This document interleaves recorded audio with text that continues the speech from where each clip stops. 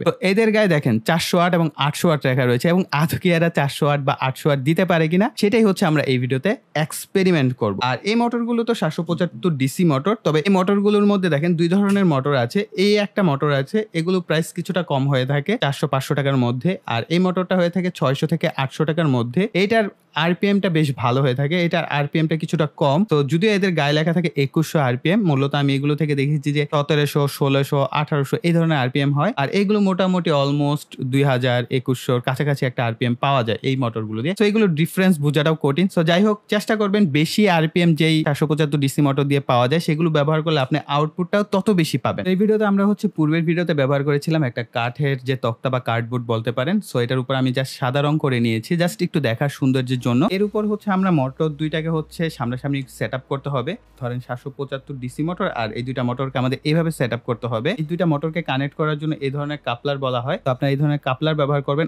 অবশ্যই এই পাশের যে কাপলার অপশনটা, যেটা কিনা আপনার ডায়নামো মোটরের সাথে কানেক্ট হবে, এই শাফটের যে সাইজটা সেটা থাকতে হবে 5.1 mm এর বেশি। আর এই পাশেরটা যেটা 775 মোটরের সাথে কানেক্ট করবেন এটা 5 mm। টেনশনের কিছু নাই, আমি ভিডিও ডিসক্রিপশন বক্সে প্রত্যেকটা মোটরের বাইলিং এবং যা যা দরকার হবে সেগুলোর বাইলিং ভিডিও ডিসক্রিপশন বক্সে দিয়ে দেওয়ার চেষ্টা করবো। এতে করে আপনাদের অনেক বেশি ঘোরাঘুরি করতে হবে না, আপনারা ডিসক্রিপশন থেকেই চাইলে কিনে নিতে পারবেন। 775 ডিসি মোটরের জন্য এই ধরনের কানেক্টর পাওয়া যায়। এগুলোর মধ্যে হচ্ছে মোটরগুলো সুন্দর মতো কানেক্ট হয়। তো এই যে 775 ডিসি মোটর এইভাবে হচ্ছে অ্যাডজাস্ট হয়ে যায়। আমরা হচ্ছে এই সেটআপটা করে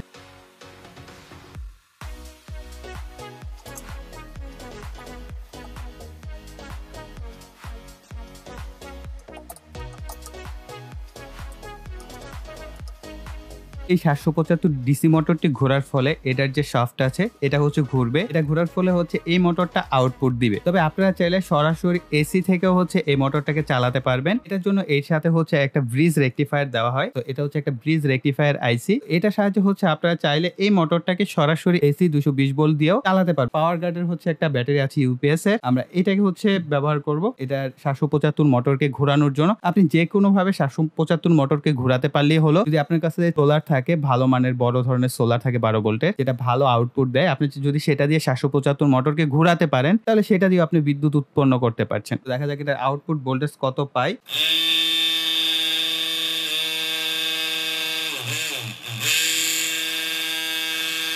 অলমোস্ট 200 ভোল্টের মতো পাচ্ছে। তবে আপনারা এর কাছ থেকে হচ্ছে আরো বেশি ভোল্টেজ পাবেন, 230 ভোল্ট বা 40 ভোল্ট পর্যন্ত উঠবে। যেহেতু আমি প্রথমে বলছিলাম আমাদের এই 775 ডিসি মোটরটার হচ্ছে আরপিএমটা কম। যদি আমরা ওই যে আরেকটা মোটর দেখালাম এটার আরপিএম অলমোস্ট 2000 থেকে 2100 আরপিএম এর মধ্যে থাকে। তো ওইটা ব্যবহার করলে আপনি পুরোপুরি 230 ভোল্টই আশা করি এটার আউটপুট থেকে পাবেন। ওকে, সো এখন আমরা সরাসরি একটু প্র্যাকটিক্যাল দেখি। ভোল্টেজ তো দেখলাম, সো আসলে স্টেবল ভোল্টেজ বা স্টেবল এম্পিয়ার কিনা অনেকে বলেছিলেন লাস্টে একটা ভিডিওতে, ভাই আপনারা তো শুধু ভোল্টেজ দেখান, এম্পিয়ার দেখান না। তো আসলে এম্পিয়ারটা ডিপেন্ড করবে যখন আপনার লোডের উপর, লোড যখন আপনার এম্পিয়ার টানবে সেই অনুযায়ী সে লোডটা দিতে থাকবে। সো এম্পিয়ার ধরে ধরে হিসাব করাটা খুব কঠিন কাজ, যে এক্সাক্ট কত এম্পিয়ার সে সর্বোচ্চ দিতে পারে এটা বলা খুব কঠিন। আমরা এখন হচ্ছে শর্টকাট প্রসেস হচ্ছে যে কত ওয়াটের বাতি পর্যন্ত আমরা জ্বালাতে পারি। আমরা একটা করে বাতি দিয়ে দেখি যে আসলে কতটুকু জ্বলে। সো প্রথমে আমরা এটাকে কানেক্ট করে ফেলবো। এরপর হচ্ছে আমরা লাইট হোল্ডারটাকে কানেক্ট করব। প্রথমে হচ্ছে আমরা এই 15 ওয়াটের বাতিটা দিয়ে শুরু করব, দেখবো যে আসলে এটা আমাদের প্রপার আলোতে জ্বলতে পারে কিনা।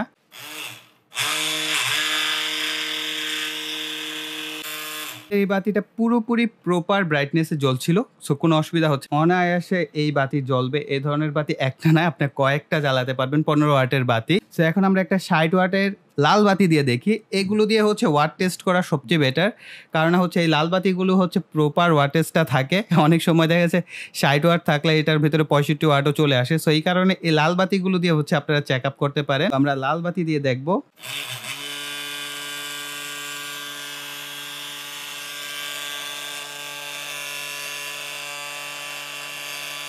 একদম অনায়াসে 60 ওয়াটের বাতিটা জ্বলছে। এখন হচ্ছে 100 ওয়াটের বাতি, দেখা যাক 100 ওয়াটের বাতি জ্বলে কিনা।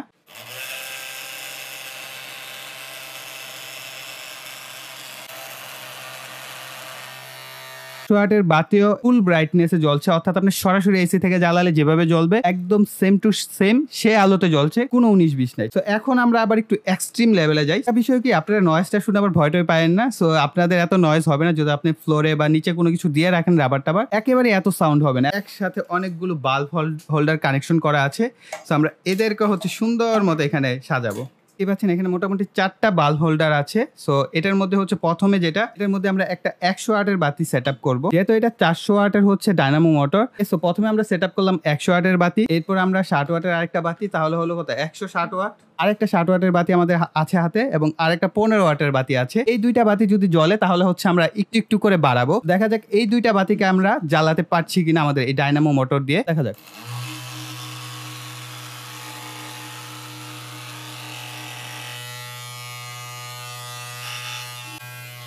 অনায়াসে জ্বলছে। সো আমরা এখন লোড আরেকটু বাড়াই।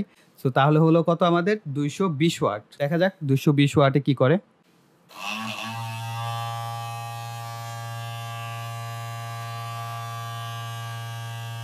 তো 220 ওয়াট দেওয়ার পর যেটা আমার কাছে মনে হচ্ছে যে আসলে 200 ওয়াটের নিচে থাকা ভালো, 200 ওয়াটের উপরে ব্রাইটনেস কিন্তু অনেক কম হচ্ছে। যে পরিমাণ ব্রাইটনেস হওয়ার কথা ছিল এই পরিমাণ ব্রাইটনেস হচ্ছে না।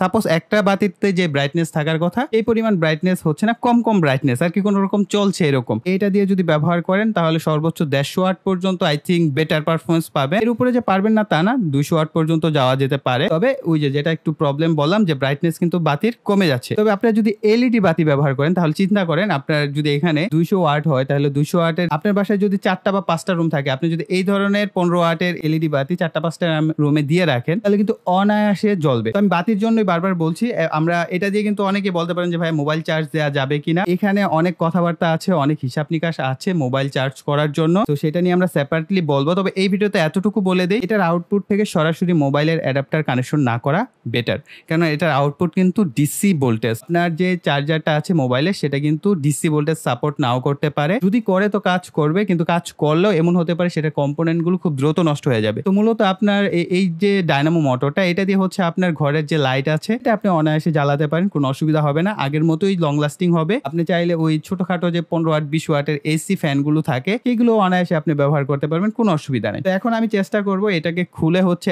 800 ওয়াটের যে ডায়নামো মোটরটা আছে সেটাকে কানেকশন করে আউটপুটটা টেস্ট করার।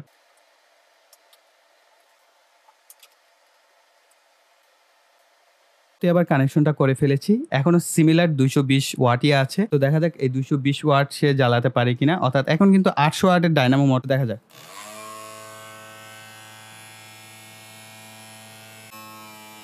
ওপার আলোতে জ্বলছে। সো পূর্বে যেটা ছিল একটু ব্রাইটনেসটা কমে আসছিল, এটা এরকম না, ব্রাইটনেস ফুল ব্রাইটনেসে জ্বলছে। এবং এই মোটরটা না নয়েজ অনেক কম, আগের মোটরটা নয়েজ অনেক বেশি ছিল, সেটার তুলনায় এটা নয়েজ একেবারেই কম বলতে পারি। তো এটা যেহেতু 800 ওয়াটের মোটর, সো দেখা যাক আমরা আরেকটা লোড বাড়াই।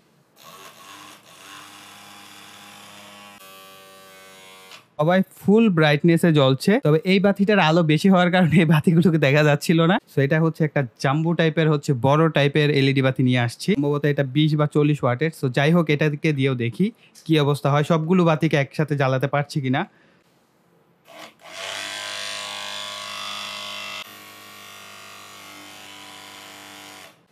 সো আমাদের এই বাতিটাও জ্বলছে, কিন্তু ব্রাইটনেস মন মতো আমি পাচ্ছি না, যেরকম ব্রাইটনেসটা এটা প্রপার হয়।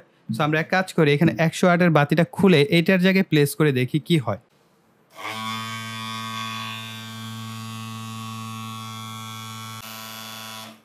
এখন কিন্তু প্রপার লাইটে জ্বলছে। এখন যে বিষয়টা হচ্ছে, আমাদের আগের যে 400 ওয়াটের যে মোটরটা ছিল সেটা দিয়ে আমরা একটা ভালো আউটপুট পাচ্ছিলাম, অলমোস্ট এটা থেকে বেটার, কিন্তু এটার আউটপুট কেন কমে যাচ্ছে এটা বলি। সো আমার এই ব্যাটারির ভোল্টেজ অলরেডি পূর্বেই কম ছিল, ব্যাটারির ভোল্টেজ কিন্তু কমতে শুরু করেছে। সো প্রথম দিকে ভোল্টেজটা ভালো ছিল, এই কারণে আউটপুটটা প্রপার পাচ্ছিলাম। এবং আরেকটা বিষয় হচ্ছে 775 ডিসি মোটর, এটা হচ্ছে 2000 আরপিএম এরও অনেক কম থাকে। সো এটা আরপিএম টেস্ট আমরা পরবর্তী একটা ভিডিওতে দেখাবো। তো সেটার জন্য আমি একটা মিটারও মোটামুটি কিনেছি যাতে আমরা চেক করতে পারি কোন মোটরটা কত আরপিএম এ ঘুরছে। আর এটা 800 ওয়াট দিয়ে আপনার ধরে নিতে পারেন 400 ওয়াট বা 350 ওয়াটের মতো আউটপুট নিতে পারবেন, এর বেশি না, 350 ওয়াট ধরে রাখতে পারেন। আর আগের মোটরটা দিয়ে তো আমরা দেখলামই যে আমরা সর্বোচ্চ 150 থেকে 200 ওয়াটের মতো পাবো। এখন বলতে পারেন যে ভাই এই মোটরগুলো 800 ওয়াট বা 400 ওয়াট এরকমটা কেন লেখা থাকে বা আমরা এরকমটা পাই না। এটা হচ্ছে প্রপার আরপিএম এ ঘোরাতে হবে। আপনি যদি এটা 2500 বা 2400 আরপিএম এ ঘোরান তাহলে হয়তো বা এটার কাছাকাছি একটা ওয়াটেজ পেতে পারেন, এবং আপনার ব্যাটারিটা ওইরকম প্রপার পাওয়ার দিতে হবে। এই ধরনের ব্যাটারি চাইতে বেটার হবে আপনার যদি 90 বা 95 এম্পিয়ারের বড় ব্যাটারিগুলো ব্যবহার করেন, তাহলে অনেক লম্বা সময় একটা ব্যাকআপ পাবেন।